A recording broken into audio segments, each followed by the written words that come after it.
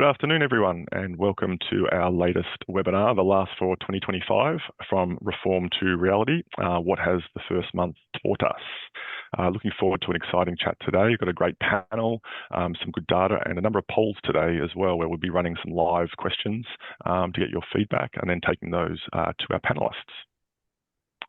First of all, though, we'd just like to do an acknowledgement of country. We'd like to acknowledge the traditional custodians of the country throughout Australia and their connections to land, sea and community. We pay our respects to their elders past, present, and extend that respect to all Aboriginal and Torres Strait Islander people today. So on our agenda, as I said, we're going to start off with some data insights, and then we've got some live polls coming and some good questions to hear from your responses and what you're seeing and happening within your organisations. Then we'll dive into the panel, get some perspective from their experiences and what they're experiencing in this first month. Back to another live poll with some more questions and more interactions, and then we'll also dive across onto our Q&A where the chat will be monitored. So if you've got questions of the panelists or of anything else you'd like to know about, please feel free to drop that question in. We'll do our best to get back to as many questions at the end of the webinar as possible. And then we'll be wrapping it up, hopefully right on 1 o'clock today for you.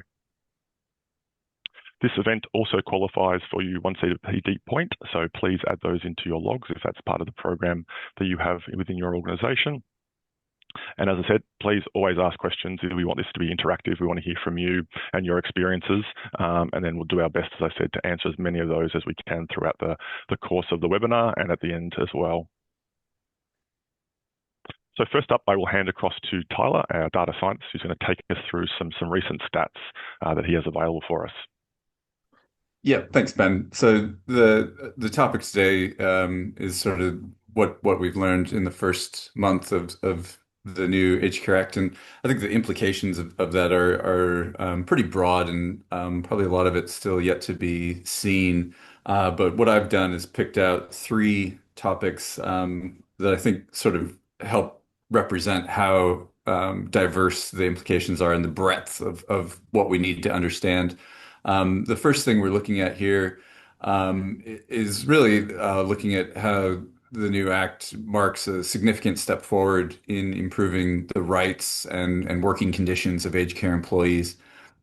Key reforms here include expanded whistleblower protections, a strengthened statement of principles, and statement of rights. A clear mandate to integrate workers' expertise into quality standards and continuous improvement processes. And these measures not only safeguard employees, but also elevate their role in shaping care delivery. And then, before the act even came into effect, we experienced really substantial wage increases alongside dramatic rise in staff to resident ratios. And that was driven by requirements for increased delivered care minutes. And this shift has had a profound impact on workforce capacity and resident outcomes. Notably, these changes correlate strongly with a marked improvement in compliance with the quality standards. And this suggests that investment in workforce conditions translates into better quality care. And while the precise degree to which each factor contributes to this trend may be debated, but the combined effect of higher wages, enhanced legal protections, mandatory training, and staff or rights-based care standards, it's undeniable. Together, these reforms are fostering a safer, fairer, and more professional environment for aged care workers, which in turn supports the delivery of a dignified, high-quality care for older Australians. Another notable and ongoing trend, one that we've seen for quite a long time, but one that's certainly continued under the new act, is the increasing complexity in resident billing, which I've tried to sort of outline on the next slide as the sector continues to move towards individualized, means-tested, and multi-component fee structures. These regulatory reforms and consumer choice models, and you can see here on the visualization, this evolution, how it really reflects a broader push for transparency and fairness, but introduces significant administrative challenges. And these frequent changes, such as caps on accommodation payments, CPI indexed daily fees, and revised retention rules for refundable deposits, they require constant system updates and staff training to prevent errors and avoid penalties. Adding to this complexity, residents often transition between and fluctuate within Medicare supported supplements and self-funded contributions. So this necessitates continuous eligibility verification and reconciliation, and this increases operational demands. And also within this complexity, we have families that now expect clear and itemized billing and upfront cost estimates. And this aligns with consumer rights and transparency principles. But to meet these expectations, providers must integrate advanced digital billing platforms and reporting tools, layering technology requirements on top of compliance obligations. And the result is a billing environment that is not only more personalized, but also significantly more complex, requiring robust systems and skilled staff. We see a lot of turnover across all of our teams, and the finance team is no exception to this. So, we're constantly bringing in accounts people from outside the sector where the nuanced information that they have to be across is quite broad, and so an ongoing investment in technology, but also in training is really required. And again, the new act really not giving us any breaks there with um, DAP indexing and RAD retentions now just adding on to that complexity. And then finally, the third thing I want to talk about is a term commonly referred to as bed block. And the question here is, how does the new Aged Care Act address the growing disconnect between hospital discharge and post hospital care? And the reason that this is important is that data consistently shows that older Australians are using a disproportionately large share of hospital bed days. And not only are older age groups occupying a growing percentage of these bed days, as we can see here on the chart, but they also experience longer average lengths of stay. And this is often due to complex health needs. So the contributing factors here, include an aging population, a rising number of older individuals requiring hospital care, and the prevalence of multiple chronic conditions, which make hospital stays longer and more complicated. And while the act does not directly resolve this issue, it does introduce elements that strengthen the role of aged care in alleviating access block or bed block. For example, reforms that emphasize rights-based care, workforce capability, and the integrated quality standards create a foundation for better coordination between hospitals and aged care providers. And these changes can support smoother transition, reduce delays in discharge, and improve continuity of care. But really looking ahead, I think we can expect further policy developments in this space. And we've been involved in a lot of conversations and a variety of ideas that seek to help this problem. But things that we've heard other organizations talk about, such as subsidy top-ups for qualifying residents or targeted funding for transitional care programs, and incentives for providers to offer specialized services that align with the needs of these delayed discharge patients. And I think these measures would help bridge that gap between acute hospital treatment and ongoing aged care. And that reduces pressure on hospitals while improving the outcomes for our older Australians. And so with that, I'll hand it back to you, Ben, and Cool. hopefully that gives us a jumping off point and No, that's really, great. the breadth of the conversation that we're hoping to have. Mm. And all of that, Tyler, I guess, will be also challenged strongly with obviously the recent stats you've put out as well around the very high occupancy levels now across aged care homes in Australia, where there isn't a huge amount of capacity to take those hospital admissions through with the higher occupancy numbers that have come out recently. Yeah, that's right, Ben. I guess last month I really talked about the need for investment in infrastructure and where we see the aging population headed, and not really even in the distant future. Within, the next 5 years, we're forecast to have a demand for residential aged care that exceeds our current infrastructure. Mm. Yeah, I watch this space on what the department have planned to try and help people that are stuck in on hospitals needing beds. So we're going to move on now to doing some live polls. So those familiar with the Mirus webinars, normally we would have some pre-polling for those that register and join the webinars, and there's some topics to discuss. But we're actually going to do it live today. So we've got a number of key questions here that we'd like your input from. So what we're going to do is pop up some questions for you to answer, please. So the first one is, which part of the strength and standards has generated the most questions or clarifications needs internally within your organisation and from staff? Interested to know across those key areas of clinical care, food and nutrition, governance, service environment, consumer partnerships, workforce. Where are those key questions still coming from staff now that we're 1 month into the new Act and strength and standards?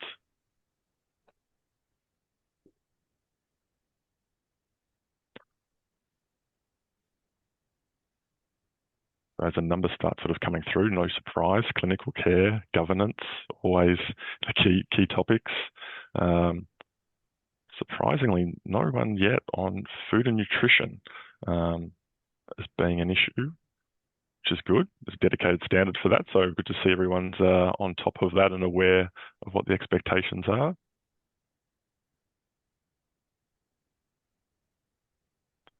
Okay, we might wrap that one up there. I think most people have now gone through. So where we go. So governance still 35%, which I guess is not too surprising. Looking at some of those earlier polls that we ran, one of the key things was looking at some of the earlier stats, which I have in front of me. Regulatory compliance readiness was the highest at 31%, which everyone said was the most challenging to prepare for. So it looks like that probably is still ongoing and understanding all of those governance requirements. Clinical care then at 27%.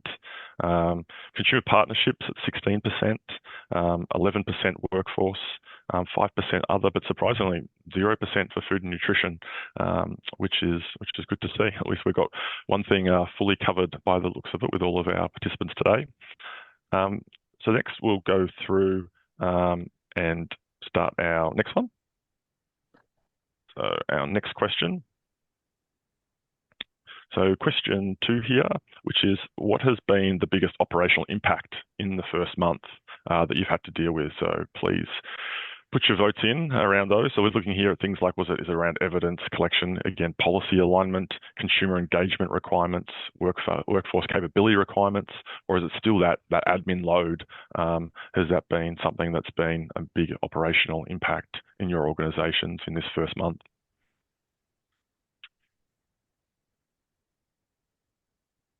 And again, straight away, reporting admin load, taking a lead straight away with a strong, and then policy alignment, and then lower down with evidence collection, consumer engagement, workforce is coming through. Funnily enough, 0%, no one's saying that there's been no major impacts yet. So obviously everyone is still dealing with a number of the changes and coming to grips with the new requirements of the strength and standards and the Aged Care Act.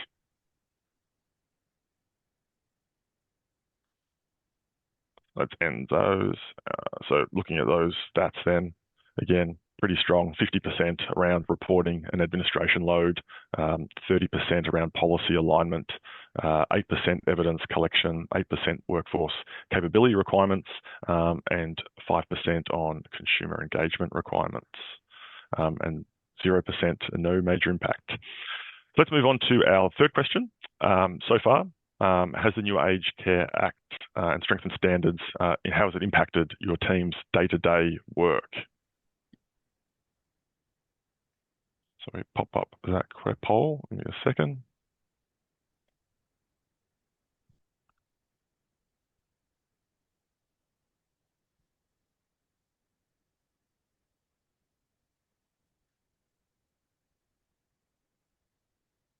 There we are. So that's come up now. So far, how has the new Act and the strengthened standards impacted your team's day-to-day work?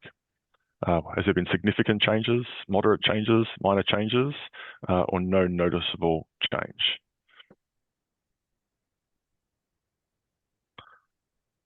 So moderate taking the early lead here, 56%. Significant changes, still a number of people, 26% currently. The stats are coming through. And again, this also feeds back into some of the data and the stats that we had, obviously, prior to the standards and people's awareness to that. So one of the questions that we do ask was how prepared were you? And we had 48% previously were saying they were well prepared with some minor gaps, and 44% were moderately prepared, but they still had significant work. And that was obviously before 1 November. So it looks like there are still a number of people were impacting their day-to-day work. Got people coming through, so I might share that one. So 56% still have moderate changes impacting their day-to-day work, getting up to speed with the new Act and standards, and 28% with significant changes are impacting how their team works, 12% minor, and then 5%, nice, no noticeable change. So hopefully they may be in some of those departments where they're on top of everything, well prepared. So moving on to our last question. What area do you expect that you will require the most support from the Commission over the next 3 months coming, based on those previous questions?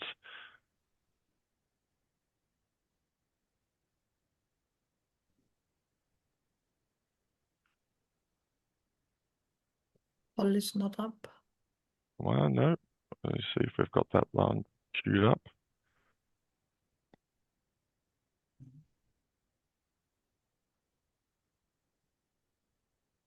No, we may have lost our question for. There we are. Sorry, 1 second. We'll get that one up.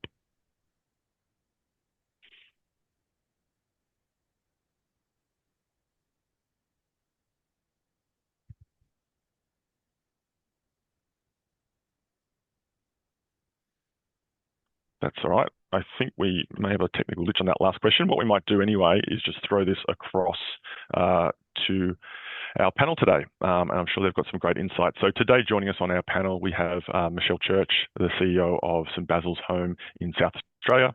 We have Todd Ural, the CEO of St Andrew's Community Aged Care, and we also have Angelica Copland, the Director and Principal Consultant at Aged Care Strategy and Support. So I'm going to throw across first up to Michelle. Please let us know how, based on some of those poll results, do you find any of those things surprising? And how has your team been managing this first month of the new Act and strengthened standards? I don't think any of the poll results were surprising, so to speak. Although I would have thought that health would have made or finance administration would have made a higher tick, I think. We're actually progressing okay. I have to say, if anybody's got their hand up thinking that they're completely organised and compliant with the new Act, I'd be surprised. We see this as a bit of a long burn. We would expect to be completely compliant over the next 6 months, understanding that there's a few lumps and bumps to iron out along the way. But apart from that, I guess we've been mostly focused on that administration component of compliance as opposed to, that on the ground change, which will, I think, come over time. Yeah. And how have your staff been dealing with it? Have they been panicking, or are they quite content with having the base knowledge of what they need to know? The staff are actually pretty good. They're probably a little bit overwhelmed with the amount of training that we've pushed out across the last 6 months, Yep. but they're actually doing okay. I think the corporate team members are the ones who are probably experiencing more workplace stress than the actual staff on the ground at this stage. Yeah. And is that dealing with families directly? Have families been asking questions about the new standards and the new Act? We have held information sessions at all of our sites with the families. Yep. And it was really pleasing to see that most of the families were quite well informed. So I think Okay, great. the information that's coming out through the department and through other advocacy groups is actually starting to trickle down. We did have a lot of questions, mostly around the financing side of what the new Act meant for them. Yes. But yeah, those sessions were really well attended. Certainly, we'd probably do another round in another couple of months just to reinforce the learnings as we've gone through with the new Act. Yeah. Fantastic. Thank you. So Todd, I'll throw across to you. How have you found it? How have your staff been dealing and your team's been dealing with the new changes? Oh, do we have Todd? Oh, you're on mute, Todd.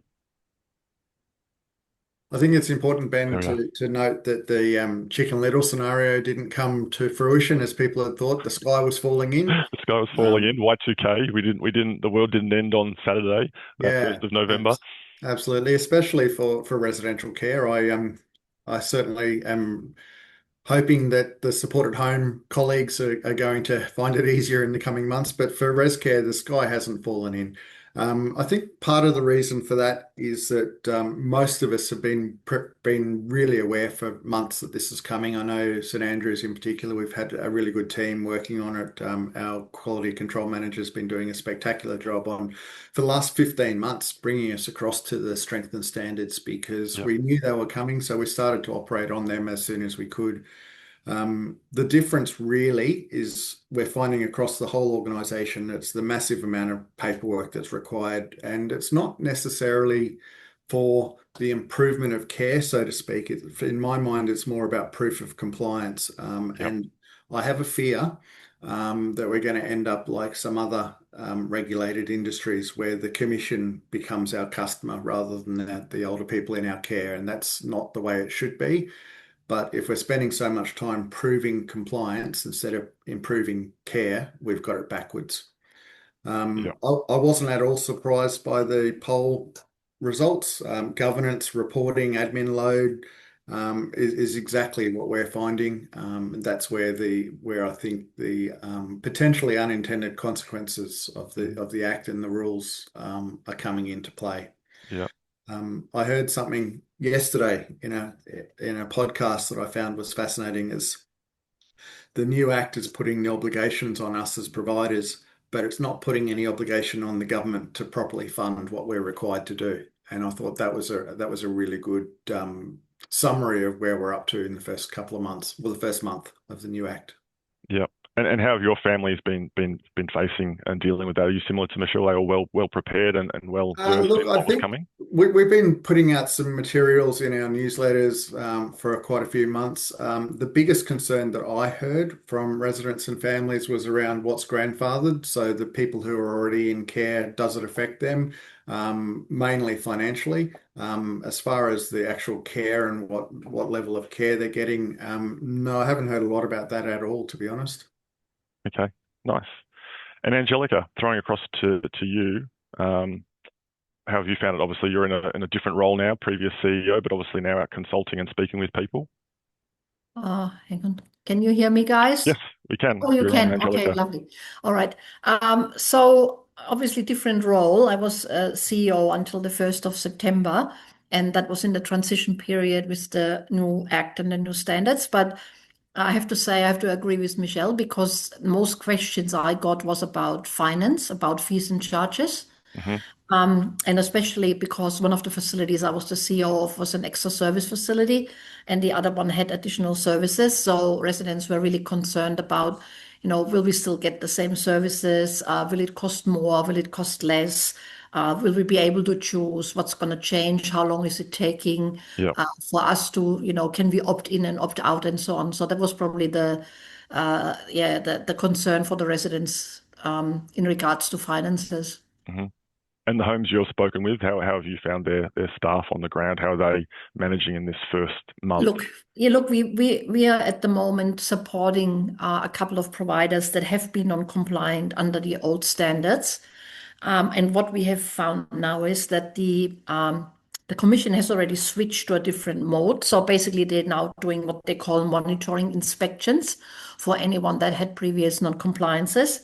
Mhm. And I think the difficulty is to understand for the staff and management how that will affect them. Like, a practical example, if you are non-compliant, let's say in restrictive practices, which previous was a standard 3 outcome, in the new standards now, that actually straddles quite a few standards and outcomes. So Hmm. you have standard 5, obviously, but you also have standard 4, the environment, and you have standard 3, the care and services. So when it was previously 1 non-compliance, that could easily turn now into 3 non-conformances.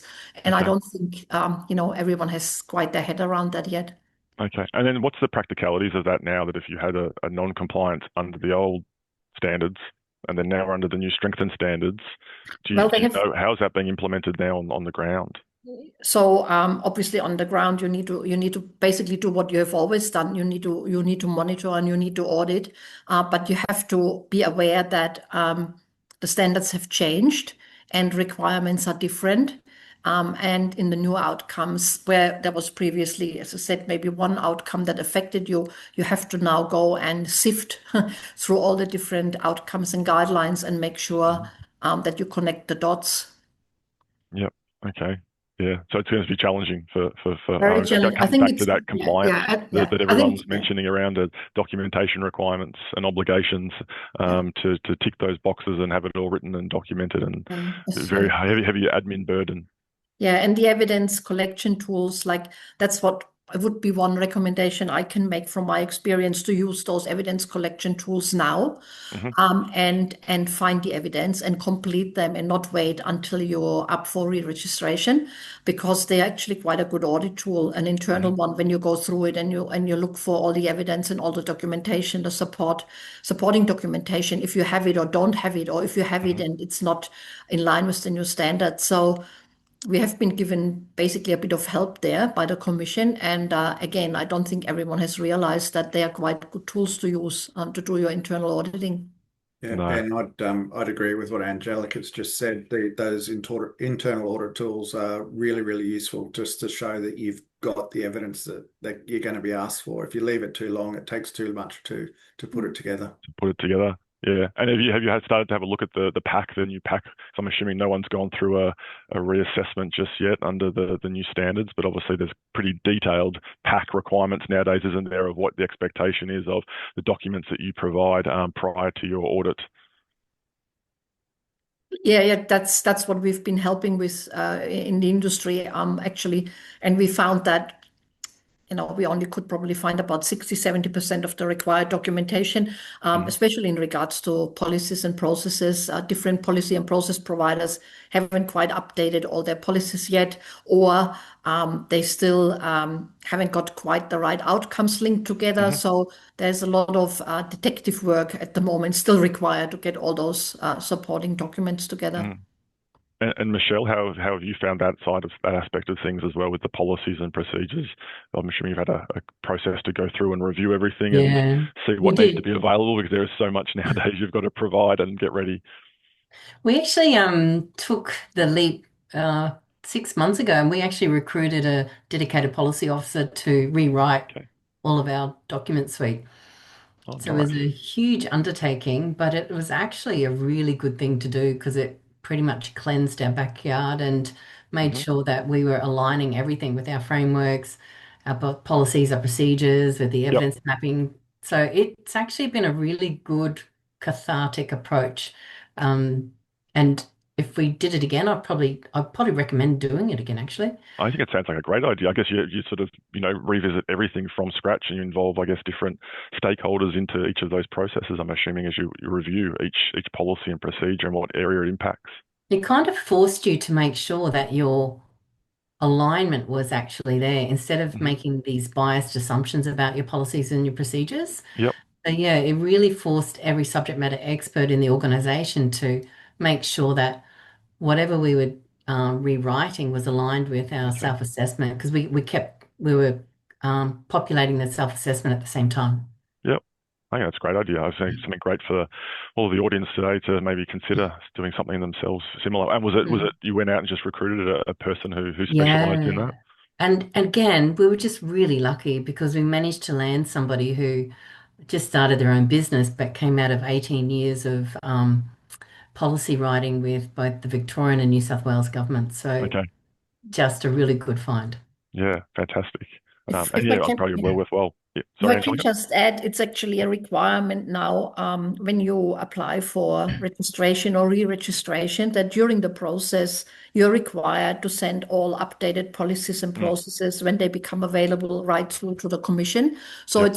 it's actually not enough just uploading everything at the stage when you apply. As the legislation changes, guideline changes, or whatever, or your internal processes changes, you're required to upload all these updated ones during the whole re-registration process. Again, I don't think many people have gone really through the detail, but there's quite a lot of detail hidden. Mm. I'm sure there is. I'm pretty sure as well. The Commission's website still is undergoing, as a big banner at the top, undergoing still changes and updates to the new standards and Act as well. So it makes it challenging for the whole industry when, I guess, everyone's still trying to stay up to date with what is the latest and where is it buried in which document and where can we find it. Yes.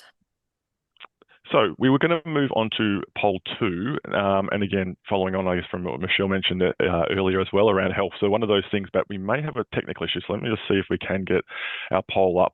If not, we will go just to maybe asking you to drop into the chat some responses to these. So let's see if we can get our poll up. But the very first question is your organisation planning to implement the high everyday living fee within your services, or have you made a decision elsewhere, or are you sitting on the fence and waiting to clarify potentially what others in the industry are going to do? So if we can't get our poll working, because we had a bit of a technical glitch,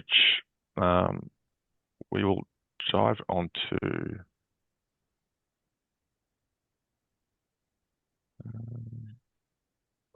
I think we have got it. Yes, we're back up and running again, which is great. So if you could please answer this one. So is your organisation planning to implement health? It's been a hot topic, I know, for a lot of people that we've spoken with around what model is the best model for them. They've had additional services or extra services, or if they want to enter into the world of health or looking at their accommodation pricing. So are you definitely doing this? Are you likely going to implement it? Are you still evaluating? Or have you already made a decision, no, that we're not going to do it as well, and try other models for additional ways for revenue? So we will just wait for a few more minutes, get a few more of those coming in.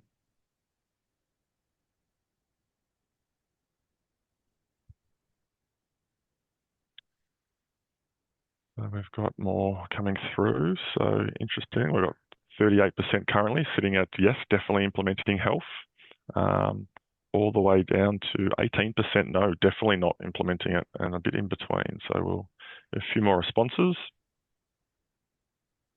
Ben, there's some comments coming through on the chat that people can't submit.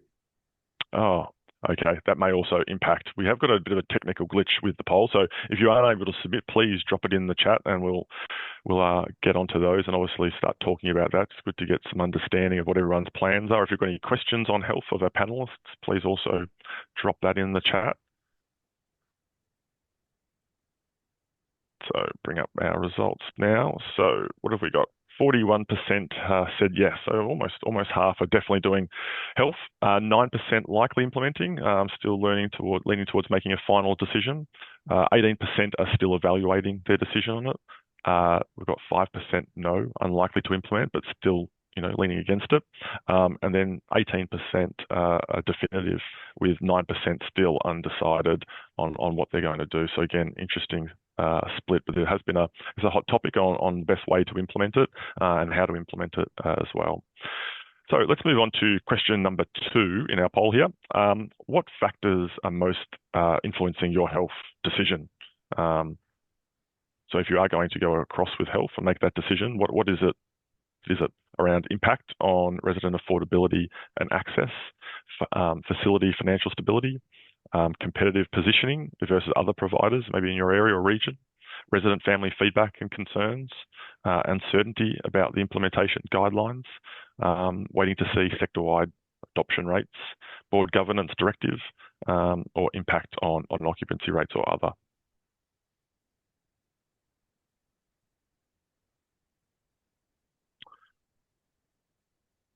So no surprise there that the leading one at the minute, facility financial stability, most highest there. And then also consideration, though, 31% currently coming in, impact on resident affordability and access. And then there's also 18% with board governance directives around the factors that are most likely influencing you with your application and use of health.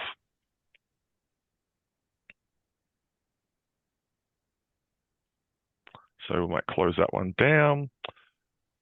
So in the end, so we have 37% actually split between impact on resident affordability and access, facility financial stability, 30%, down to 16% with board governance directive, 16% still uncertainty about the implementation guidelines and how to implement it, 11% competitive positioning versus other providers, and then some lower ones there with 5%.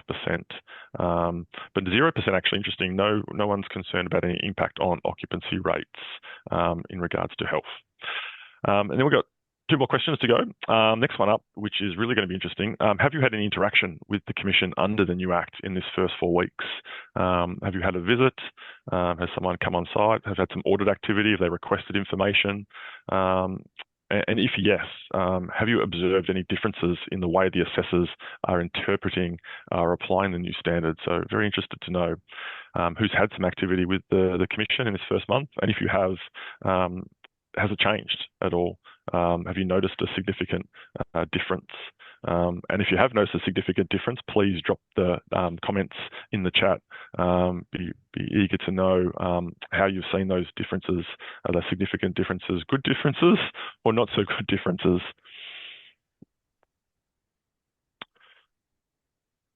So it looks like, yes, the Commission are still not super active just yet. We're at 75% so far have had no contact, but we have had some. So 6% have had audit activity, 6% information requests, 12% have had other contact. And then of those people that have had a visit and had some contacts, if yes, we've got 20% have noticed a significant difference with the Commission under the new Act, 6% information. Sorry, stats have moved on me. And yes, with just minor differences, 10% with minor differences. So that's really quite interesting that there have been some significant differences. So please drop those in the chat, whoever answered those questions. Would love to share that with everyone. So then what we'll do now is dive back into our panelists and get their views. Let's start off with you again, Michelle, on health. What's St Basil's decided to do? What direction have you chosen to go down with health? Well, I got my hands dirty on health, so I'm very frustrated by it. We are going to be implementing because we did have additional services, and it certainly will have a significant financial impact on us if we don't implement health. So our decision obviously was to go ahead. We have spent a lot of time doing a bit of research, connecting with other colleagues, seeing what they're doing, making sure that, as Tom Simonson was calling it, the pub test works. So even if something's legislatively correct, does it pass the pub test? And I think one of the things that most people have been talking about is the TVs on the walls and in their bedrooms, and whether or not, it's appropriate to be locking up the PowerPoint with a key, or hiding the remote so that people can't use the TV if they've not paid for the TV on the wall. Yep. So I think there's legislative compliance, and then there's that sort of morally what's right to do. And we've been struggling with all of that. We have landed on a position. I guess my grief or beef at the moment is the ridiculousness of the health legislation. For something that should have been quite simple to implement, it is actually over legislated, over complicated, and becoming ridiculous. And the other thing that we sort of landed on just this week is for those people who, and for us who haven't actually implemented it yet, for those who are not implementing health, potentially you're non-compliant if you're still using recoverables approach to charging for hairdressing services, as an example. Yeah. Because hairdressing right now is a health service. And operationally, how do you see when you start to look at the program you'll implement? How do you think staff will manage that on the floor, understanding who's has what and who doesn't have other things in their packages or their optional items, the individual items? It's going to be a struggle until I think digital solutions catch up.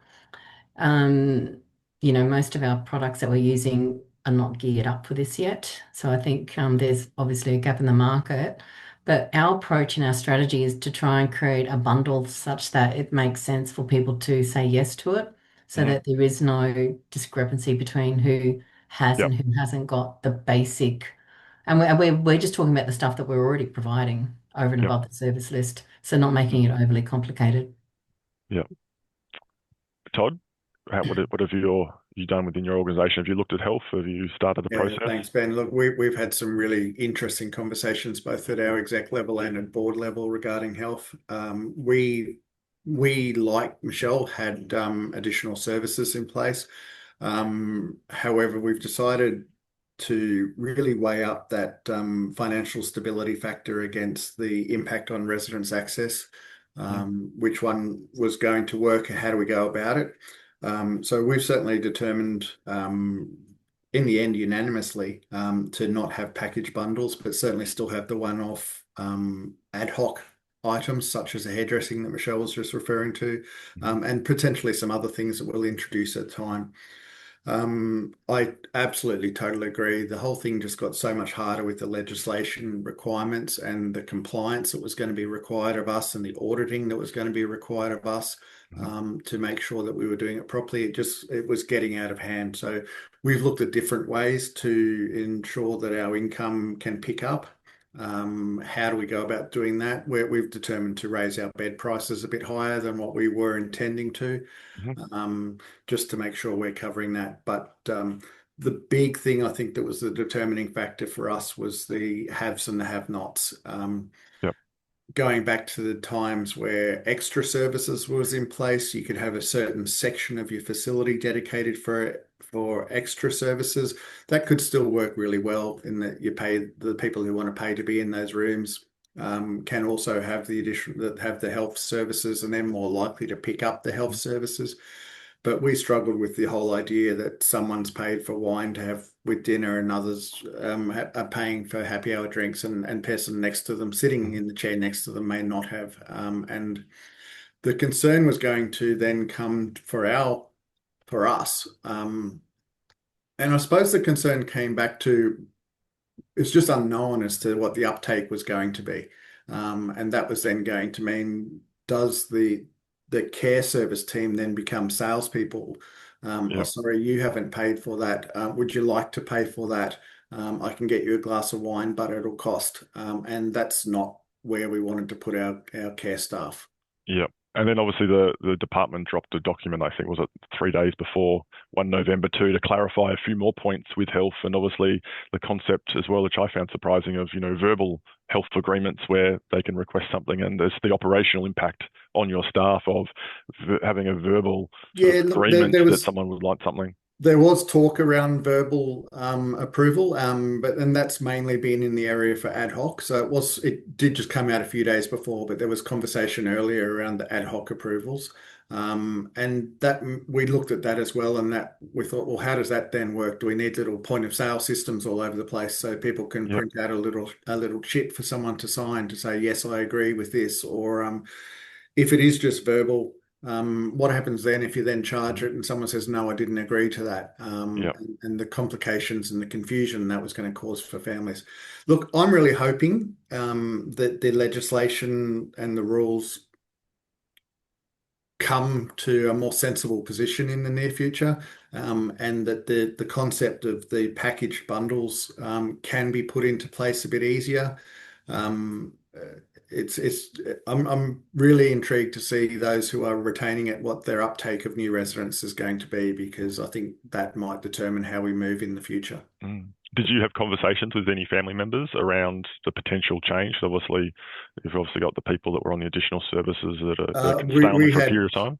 We had compulsory additional services, so it's not a matter of them potentially missing out, at least in the next 12 months, because additional services would have continued. Mm-hmm. It's just a matter of the new residences where I was concerned. So no, we didn't have any conversations with Okay. potential residents. Yeah.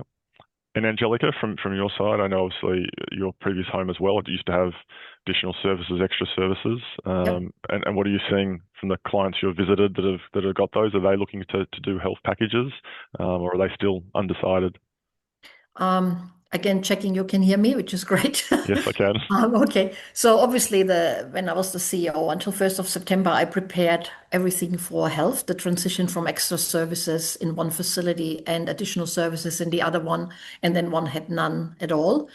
Very different scenarios. Obviously, extra services was based on the tiers of accommodation, food, and lifestyle. And accommodation, obviously, double dipping, you can't anymore. That's covered with the red.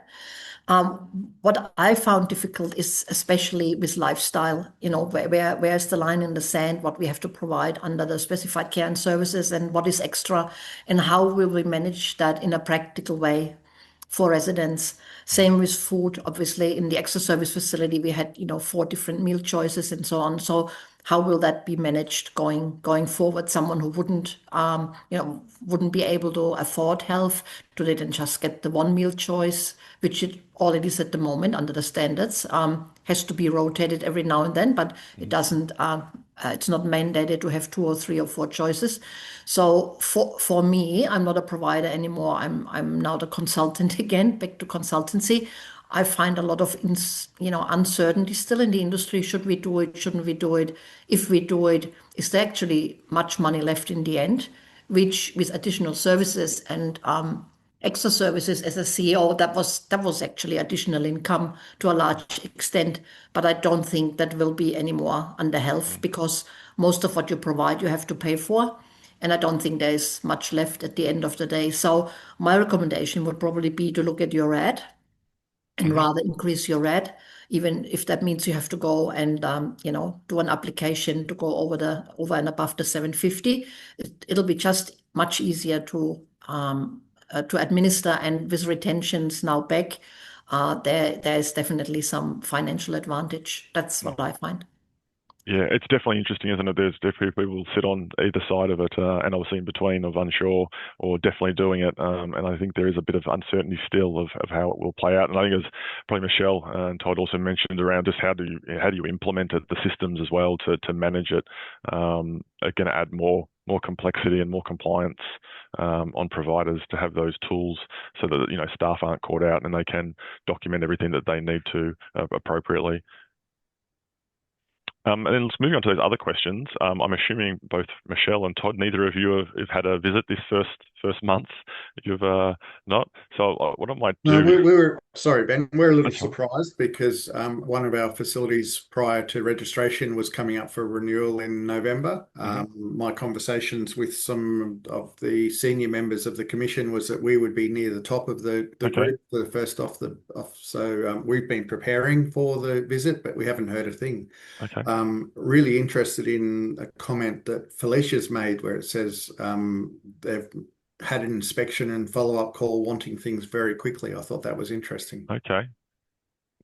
So you do need that documentation list ready to go at the drop of a hat by the sounds of it. I can't see the comments at the minute, so I might actually do that. I might I think we've got Chris with us today or Tyler. Chris, are you there?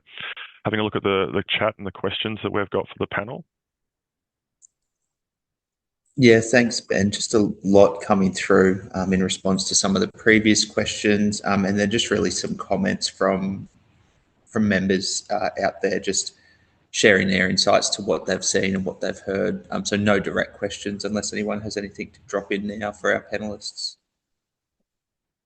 Is there any comments in there that are worth following up on? Is there some good items in there? That's interesting around the timing and the speed of requests. Yeah, that's right. Just some comments on what providers are hearing other facilities doing, what they're charging for. And for example, one facility is charging $61 a month for a fridge. So I think that goes back to Michelle's point before around what's the right thing to do and from there. And I think on that health topic as well, the poll wasn't allowing some people to submit, and it looks like a lot of the people that weren't able to submit an answer were definitely not implementing health. And I think one of the things we might have missed in our poll responses is something Angelica touched on, is that people that are definitely not implementing it probably has more to do with them actually making the RAD or the room price all inclusive. And the clients that I've worked with have certainly taken that approach where it allows those services to still be available and provide that competitive service within the market, but then also alleviates sort of that liability with the overheads that you have to carry in the event that you have people opting out, but you still have service contracts that keep that cost for you. And again, from the panel, just noting that using it as a revenue stream does become much more challenging where the typical services that you add on as higher everyday living are all things that are uh, expensive to deliver or have some additional overhead cost to you. And so putting any sort of markup on that becomes, I guess, a pretty expensive price point. So yeah, again, looking at room pricing as sort of the high level view of that revenue equation for your accommodation, and then plugging in services as needed to remain competitive in the market. So I think yeah, potentially that wasn't something that we were able to pull out of those poll results. But potentially, if we'd had those options available and working a bit better, we would have been able to see that come through a bit more. Yeah. Michelle, you've got something to add? Yeah, I thought I'd share with you some of the feedback that we've received at some of our sites from new admissions. Hmm. Actually, what else can I purchase?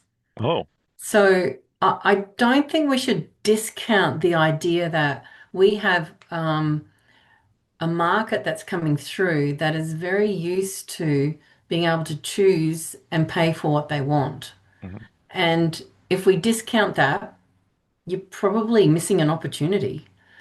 I think as aged care providers, we've been so benevolent in our approach in the past. We probably just need to rethink that going forward because viability, let's face it, is an issue. And I think consumers are more apt to this than what you think. So yeah, don't discount it. okay. I would be looking at that future demographic as well. And do you think, Michelle, that's a generational shift in that the Netflix generation are starting to come through? That what you want, you can subscribe to and get access to? Absolutely, we've been conditioned. You've got the jet stars of this world. You've got, you know, people who prefer to pay for access to better quality um, experiences. And I guess why should they not have that ability to do that in an aged care environment? Yep. Yeah, and I think it's notable to point out here that not only is it a generational shift, but there's a material shift in the level of wealth in this next generation of aged care consumer. And I totally agree, Michelle, that next generation certainly has an appetite for more services. Hmm. But I think Todd raised a good point in that operationally, when you have people opting in and some people not on the floor, how you manage, you get this, but the person next to you doesn't. Where again, what I've seen is having those services available to everyone. So sort of keeping that what you would have called a mandatory additional service now is just an all-inclusive higher everyday living service that's a part of that room price. Where again, Michelle, people are willing to pay, and so like Angelica pointed out, even if you have to put in an application to go above a RAD price of 750, that is still a viable option. We track this regularly, the shifting landscape in room pricing because all of that pricing data is publicly available. And Yeah, just the volume of services that have put up their pricing this year, since with the maximum RAD without prior approval jumped from 550 to 750,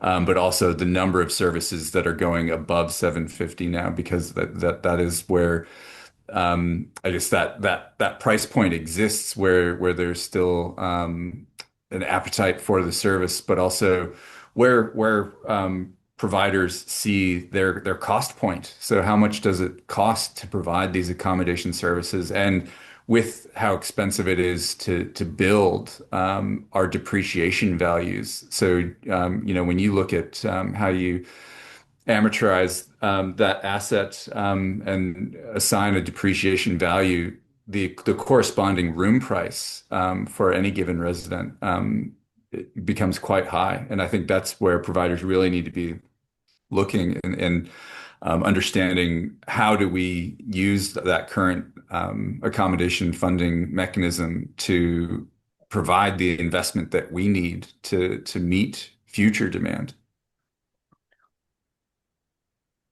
I think it's very interesting as me watch this space. I think it may be a future webinar topic to revisit in 3-6 months' time and poll everyone and see where they sit on the health matter and what they're experiencing from the new generations coming through with their admissions. We just have another question in there, Ben, from Richard, just asking the panel their thoughts around the new reporting process for the lump sum balances. And Janice made a comment that they weren't able to close out their payment statement until that new reporting requirement was satisfied. Interesting. I'll throw across to Todd. Have you experienced that? Have you? Yeah, we had the same. finalised it? We had exactly the same thing, Ben. We rushed out to our provider yesterday for our finance system to say we need to be able to update this before we can close out our provider statement. So they got that upgrade through to us yesterday lunchtime, and we cleaned it out and put it in this morning. Okay, fantastic. So your bond's been updated. Michelle, did you experience that as well? Not that I'm aware of, but maybe I need to ask my team. I haven't heard anything, so I'm assuming that there was no issues. I'm able to get it through. I've made a note to double check, so good question. Okay, good, nice. I'm definitely aware of they've got it, and there's APIs and things available on the government's portal. And the government also, I think about 3 or 4 days ago, maybe dropped a document and a help sheet as well, that when you log into their portal, how to complete your bond balances for each of your residents to upload into the portal. So there was a document that came out, but as normal with most of the department's documents, they just get dropped onto their webpage in the resources section. So if you're not monitoring it daily, there are a lot of documentation that does go through there that doesn't always get emailed out until maybe the next newsletter that comes out from the department, so every fortnight or so. We had to do a bit of a manual update, Ben, which is great because we've only got 200 residents. So I don't know how you do it when you've got 2,000. But then our finance system, we set up the APIs so they can have all that in place for us from next month on. Yep. So there are services through APIs that can obviously help speed that up with vendors that have gone through their conformance and can upload that data, which does save a lot of time from the manual processes. And the government the department are opening up a lot more APIs in the future, which will hopefully speed up some of that administration burden that you have now with a lot of forms and information having to go up manually into the various portals.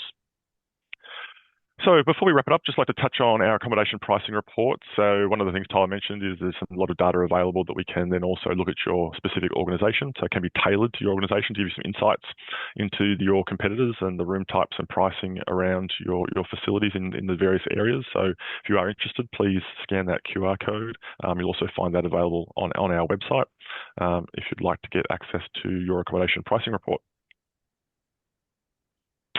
So lastly, we'd just like to know what you'd like to see next year.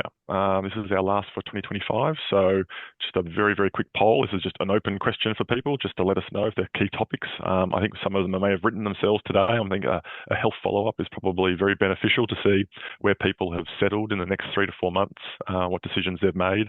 I think what Michelle's also raised around, what are we seeing with the new generation coming in? What are their expectations?